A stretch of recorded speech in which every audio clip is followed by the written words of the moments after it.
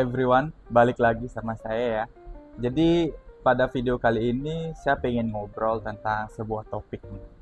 Nah, jadi banyak siswa saya yang sedang belajar ya, dalam belajarnya itu mengeluh, Pak kenapa ya? Atau Mister kenapa ya? Saat saya belajar, saya itu kurang konsisten. Atau bahkan dalam perjalanan saya belajar, atau dalam waktu saya belajar, saya mudah untuk hilang motivasi gitu ya. Jadi di pertengahan jalan mungkin belajarnya baru 2 sampai 3 hari mempelajari suatu hal gitu ya. Kemudian motivasinya hilang gitu aja. Nah, kira-kira kenapa bisa begitu dan gimana cara kita buat mengatasi hal ini? Nah, jadi di video kali ini saya pengen ngobrol atau bahas tentang hal ini ke kalian. So, kita mulai dari yang pertama. Oke, kita mulai dari yang pertama ya. Jadi yang pertama itu adalah menentukan tujuan saat belajar atau set sebuah goal kamu dalam belajar. Nah, seperti yang kita tahu, punya tujuan itu sangatlah penting. Mau kita melakukan apa aja, itu tujuan itu sangat penting keberadaannya. Nah, kenapa begitu? Karena dengan memiliki tujuan atau goal, kita memiliki arah yang jelas. Sehingga ibarat kata nih ya, goal ini keep you on track. Jadi membuat kamu tetap berada dalam track. Nah, hal yang sama juga bisa kita terapkan dalam proses kita belajar. Kita harus set sebuah goal atau tujuan kita. Sehingga kita punya alasan nih. Kira-kira kenapa aku belajar? Ya, karena saya ingin mencapai tujuan belajar saya atau goal saya yang sudah saya buat. Seperti itu ya. Nah, dalam belajar kita wajib punya sebuah goal yang spesifik. Jadi dalam pembuatan goal jangan terlalu lebar, nanti cukup susah untuk kita gapai. Jadi kita buat yang spesifik aja guys. Sekecil-kecil dulu ya, tapi mudah digapai. Seumpama nih kita belajar tentang bahasa Inggris. Nah, mindsetnya jangan belajar bahasa Inggris aja guys. Karena itu terlalu luas cakupannya. Yang seperti yang kita tahu ya, belajar bahasa Inggris itu banyak banget. Ada beberapa skill kah seperti listening, speaking, reading, and writing dan lain sebagainya. Nah, di sini kalian harus spesifik, guys. Seumpama nih kalian belajar bahasa Inggris, nah dispesifikin lagi materinya tentang apa. Seperti saya ingin belajar bahasa Inggris tentang descriptive text. Nah, dengan begitu kalian sudah punya tujuan yang spesifik sehingga mudah untuk dicapai. Nah, dalam belajar descriptive text ini, karena kalian sudah tahu goals-nya ya, belajar descriptive text, maka kalian bisa menggali lebih dalam tentang topik ini. Apakah kalian belajar tentang pengertiannya dulu, kemudian ditambah dengan strukturnya, unsur kebahasaannya, bahkan contoh-contoh teksnya ya, dan lain sebagainya. Nah, dengan begitu, kalian tahu limit-limit belajar kalian, sehingga pembelajaran kalian akan lebih terstruktur, guys. Nah, di samping itu, kalian juga tahu nih kapan waktu kalian mulai belajar, kalian belajarnya dari mana, dan kapan pembelajaran itu dikatakan sukses. Karena kalian sudah mencapai goal itu, maka belajar kalian sukses, begitu ya. Oke, kita lanjut ke nomor 2, yakni membuat schedule atau jadwal belajar. Nah, dengan memiliki jadwal belajar ini, maka pembelajaran kamu juga akan lebih teratur, guys. Nah, dengan mengetahui kapan dan di mana kamu akan belajar, maka jadwal kamu otomatis ya lebih teratur ya. Nah, sehingga kamu bisa punya gambaran nih, kira-kira nanti kamu belajarnya kapan dan saat ngapain ya, dengan suasana apa gitu ya. Seumpama kamu lebih suka belajar di sore hari sepulang sekolah, atau kamu lebih prefer di malam hari agar suasananya lebih tenang dan lebih adem gitu. Jadi itu adalah pentingnya sebuah schedule dalam belajar. Sehingga keteraturan kamu dalam belajar serta kontinuitas belajar kamu itu jelas.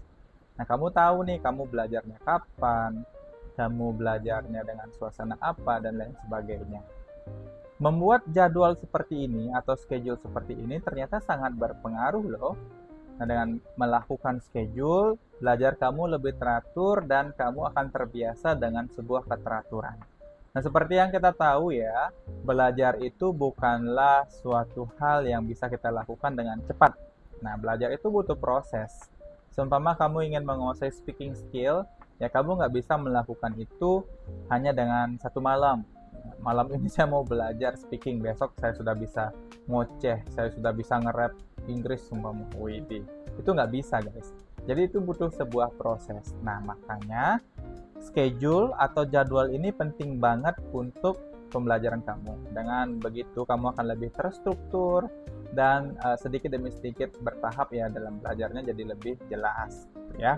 Jadi nggak ada lagi tuh yang namanya sistem SKS atau sistem kebut semalam gitu ya, karena sudah punya schedule yang jelas.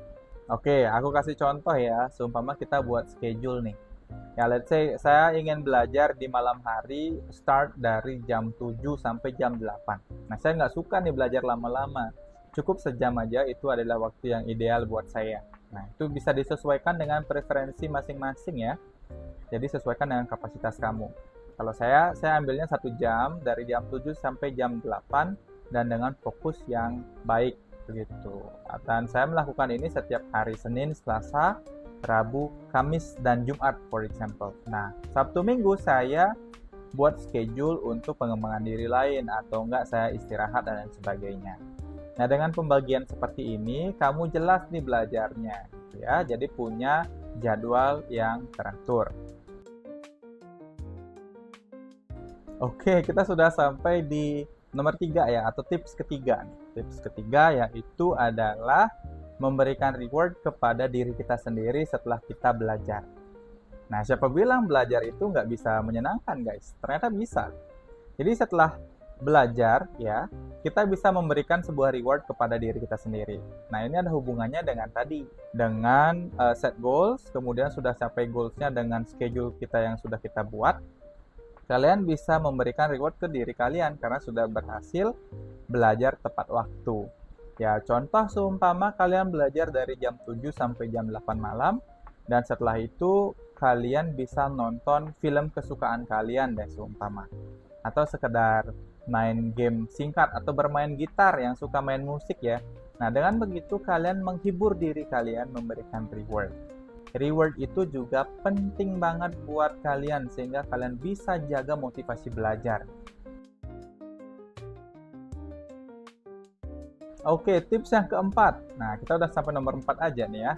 Jadi yang keempat itu jangan lupa berolahraga, guys. Ya, jangan terlalu fokus ya belajar melulu gitu ya. Jadi kalian juga harus memberikan selingan ke tubuh kalian untuk berolahraga. Jadi dalam artian olahraga ini jangan olahraga yang terlalu berat kah atau gimana ya. Cukup kalian seumpama yang suka basket atau suka futsal diselingi dengan olahraga seperti itu, atau bahkan yang suka jogging aja gitu ya. Nah, dengan melakukan olahraga, kalian bisa menstimulus tubuh kalian untuk meningkatkan metabolisme. Oke, tips kelima. Ini something to do dengan tips 4 tadi ya, yakni memberikan break terhadap diri kalian saat belajar. Nah, jangan belajar terus guys, nanti otak kalian capek ya. Jadi berikan break kepada otak kalian, kepada diri kalian sendiri, sehingga ada waktu buat refresh dan mengumpulkan tenaga lagi ya untuk belajar. Nah, seumpama nih kalian belajar seperti tadi ya, yang saya jelasin di tips sebelumnya. Kalian belajar 30 menit, kemudian kalian alokasikan waktu sekitar 5-10 menit untuk break kah? Kalian bisa jalan-jalan duduk di kamar, atau enggak sekedar minum air dulu gitu ya, gerakin badan kalian sehingga kalian bisa fresh lagi dan melanjutkan sisa waktu belajar kalian gitu guys ya. Tapi ingat, saat kalian melakukan break jangan sampai kebablasan. Oke, sekarang kita ada di tips nomor 6. Ya, nomor 6 itu adalah belajar dalam kelompok guys. Untuk tetap memotivasi diri sendiri ya, kita bisa belajar bersama kelompok. Nah, kenapa begitu? Karena dalam berkelompok kita bisa saling support dengan teman-teman kita ya, dan bahkan bisa saling memotivasi satu sama lain. Nah, contoh nih, kalau kalian bosan belajar sendiri, kalian bisa ajak teman kalian untuk belajar bareng, bahkan bisa belajar di rumah kalian atau di rumah mereka.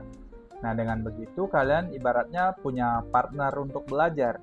Nah, kalau seumpama kalian belajar sendiri, ada konsep yang tidak kalian mengerti, ya kalian bengong aja, cuma bisa searching lah, cuma bisa lihat-lihat di internet dan sebagainya. Dan mungkin bingung kalian itu akan berlanjut, guys. Nah, beda halnya kalau kalian punya partner belajar. Nah, kalau punya partner, setidaknya ada partner untuk diajak diskusi atau diajak untuk membahas sebuah topik. Ya, kurang lebih itu adalah beberapa hal yang perlu kita perhatikan dan bahkan perlu kita lakukan untuk tetap termotivasi dalam belajar kita, gitu ya. Semoga apa yang saya omongin sekarang, apa yang saya obrolin sekarang bisa membantu kalian dalam belajar ya. Baik itu yang masih SD, SMP, SMA, bahkan masih mahasiswa, kalian bisa melakukan hal ini atau bahkan sudah bekerja jadi guru kayak saya gitu ya. Bisa melakukan beberapa hal tadi jika kalian kira diri kalian itu lost motivated atau kehilangan motivasi gitu ya. Dan hal ini sering saya lakukan dan cukup berhasil sepertinya kepada saya yang sudah bapak-bapak ya. So thank you so much for watching and see you in the next video guys. Bye bye.